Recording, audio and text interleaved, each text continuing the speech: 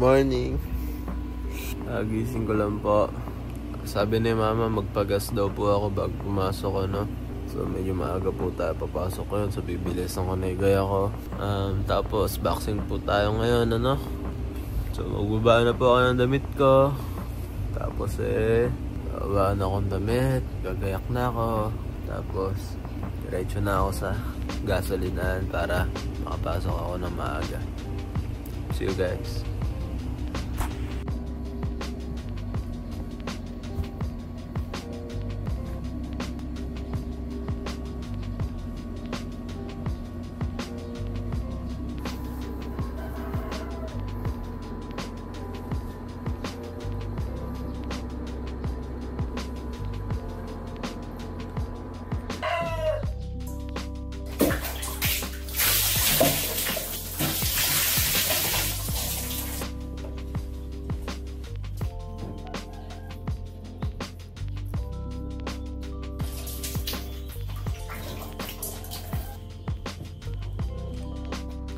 Hi guys.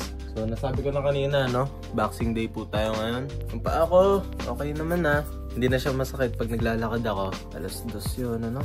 So hintayin ko na lang po yun guys ano.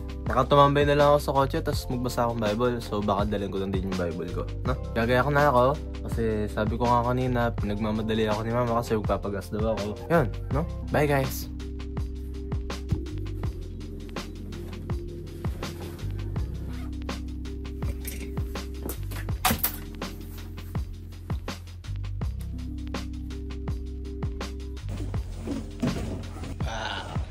Pati ka kasama mag-jogging. So, tuwing umaga po nag-jogging po sila mama, no? Hindi ko lang alam kung ba't di kasama yung aso namin. Ito yung tripod na ginagamit ko. Susi po, nandito na sa akin. Black shoes.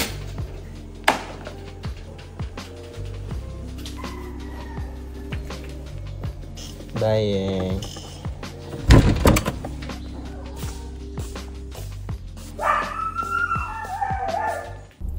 Hi guys. So, nagayak na po ako ano. I'm wearing this. No?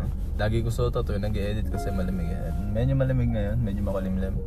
Alis na po ako guys. Papagas po muna ako ano. And then, diretso na po ako sa school. So, pagkatapos ko po mag-school, magbabasa po akong Bible sa kotse. If nothing comes up, kung walang gala, ganun. Magbabasa po akong Bible sa kotse. Pero kung may gala or may pupuntahan kami, yun po muna yung gagawin ko ano. Next thing is, pagkatapos nun, didiretso na po ako sa boxing gym. Baon na rin po akong damit for that. Additionally, usap. Mag-usap po tayo mamaya pag pauwi na ako. Ano. Doon na lang po yung usap natin tuwing pauwi na po ako. Kasi masaya din yung kinakausap kayo. Ano. Ngayon hindi ko pa kayo makakausap kasi pupunta na ako school eh. Pero mamaya, usap time. Bye guys. See you after school.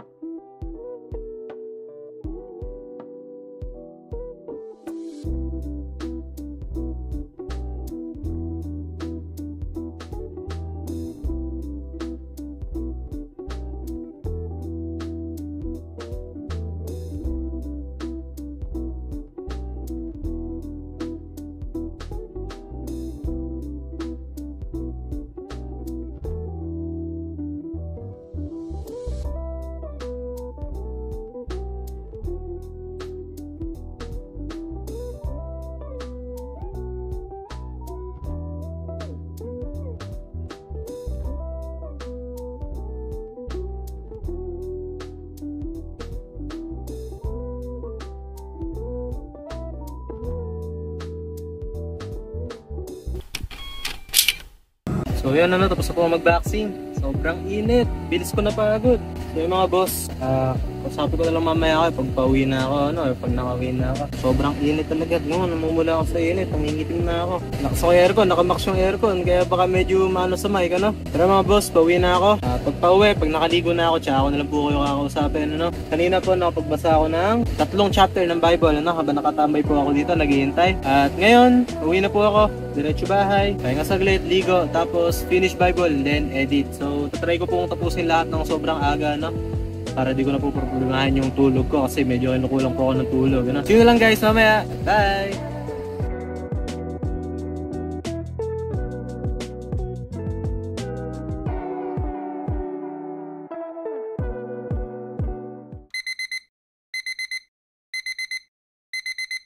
Kung ang pagkain natin ngayon, napagkasarap, Inasal! Tapos mag-gym ay magmumukha. Mukbang tayo guys. Maya na lang. Bye! Nakakala ba yung sisi?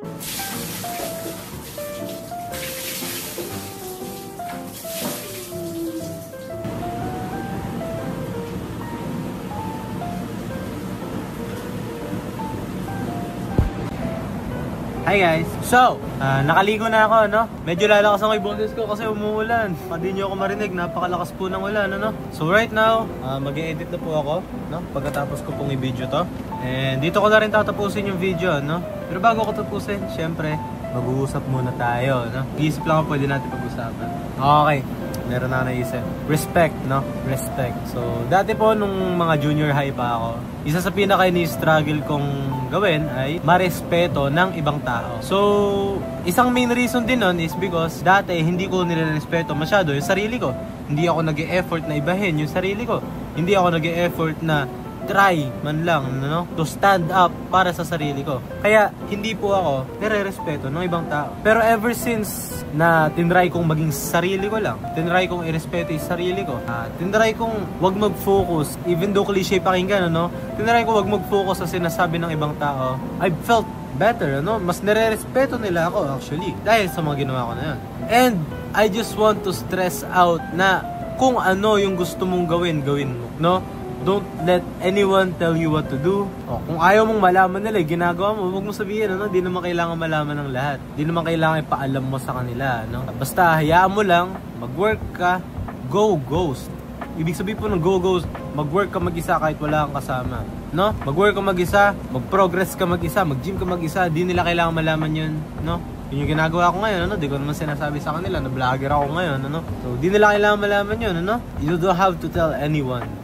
Di mo kailangan pagyabang sa iba, di mo kailangan ipagsabi sa iba. You just gotta focus on yourself. Another thing, dati nagtry ako ng kasi sabi ko na to sa last video ko, natry ko pong mag-TikTok dati, gumagawa akong TikTok videos like daily live. So, maglalagay ako dito ng short clips sa ganun. Hi, ako si Rom, at ito ang daily life ng 17-year-old gym rat, day 1. So, bago pa man ako pumunta sa gym, gumagayak po muna ako. Mga damit na susuotin ko after. So, medyo okay naman siya, Nagka-traction yung isa, umabot yata 100,000 views, something like that. Sa TikTok, kasi sa TikTok, mas mabilis ma-discover yung videos mo, hamak, kaysa sa YouTube. So, yun, medyo nagka-traction, pero tinigil ko agad. And the main reason is, sinuutos kasi sa akin gawin yun, Hindi siya for myself talaga, Hindi ko iniisip na para sa sarili ko yun. Ang iniisip ko lang, inuutos sa akin to, tapos kailangan kong gawin to, So, pinapagawa po sa akin kasi ni Kuya yun, para may experience na ako sa editing, ganun. Pero kaya ako tinigil agad kasi naisip ko na hindi naman para sa sarili ko to, I mean, yung mga ginagawa ko para sa sarili ko, pero yung mga everything else, yung editing, ganun, yung pag-upload daily, hindi para sa sarili ko, Hindi ko inisip na para sa sarili ko. Pero ngayon, lahat ng ginagawa ko para sa sarili ko. To focus on myself. Gym, boxing para sa sarili ko. Not for anyone else. Hindi ako naglo-look for validation of anyone else. Ginagawa ko po para sa sarili ko lang. Tinatry kong respetuhin yung sarili ko. Tinatry kong ibuhos lahat para sa sarili ko. Yun lang po, Yun lang po din. At ang gagawin ko na lang po ngayon ay mag-e-edit nga, sabi ko sa inyo, So, i-edit ko yung video na to, which is day 13. Actually, no, this is day 12. I-edit ko yung video na to, which is day 12. And i-edit ko din yung video na to, which is day 13. So, the reason why medyo nagra-rush po ako, kaya tatapusin ko agad dito ngayon yung video, Kasi nga, may gagawin po ako schoolwork and kailangan ma-edit ko muna to para wala na ako isipin, no? Ma-edit ko muna to bago ko gawin yung schoolwork, no? So yung schoolwork na yun, medyo madugo, ano? Kasi parang presentation siya, no? Kaya kailangan matapos ko na ngayon yung mismong presentation, kailangan matapos ko na ngayon yung mismong script, no? Kailangan parang ma-finish ko agad, no? And sa Bible naman po, itutuloy ko siya pag matutulog na ako as always, ano? So 2 chapter na lang naman natitira. So yun na lang tatapusin ko, ano? Yun lang po, no? Yun lang po. Pag na-edit ko na to, pag na-edit ko na rin to, kaya tinatapos ko na, no? Para ma-edit ko na agad, no? Tsaka pa lang ako makakapaggawa. Kaya tinatapos ko na po ito. So yun lang. Maraming salamat po sa panonood at sa pakikinig sa mga yapping-yapping ko, ano? Sa mga lagi kong pagdadada dito, ano? Salamat po sa pakikinig. Sinishare ko lang po sa inyo yung mga alam ko personally, in hopes na makakatulong din po ako sa inyo kung may struggles kayo na same sa akin or nahihirapan kayo maging consistent. So yun po yung focus ko with this channel, ano? To help a lot of people and to also help myself, no? Once again, maraming salamat po sa panonood. It really means so much to me na nanonood kayo, no? Yung isang video ko, yung ano ba yung purpose mo, nakaabot ng 100 views. So maraming salamat po talaga, napakasaya ko talaga, no? Maraming salamat po sa inyo sa panonood, sa pagsuporta sa akin, no? At yun lang po guys, no? See you tomorrow and bye.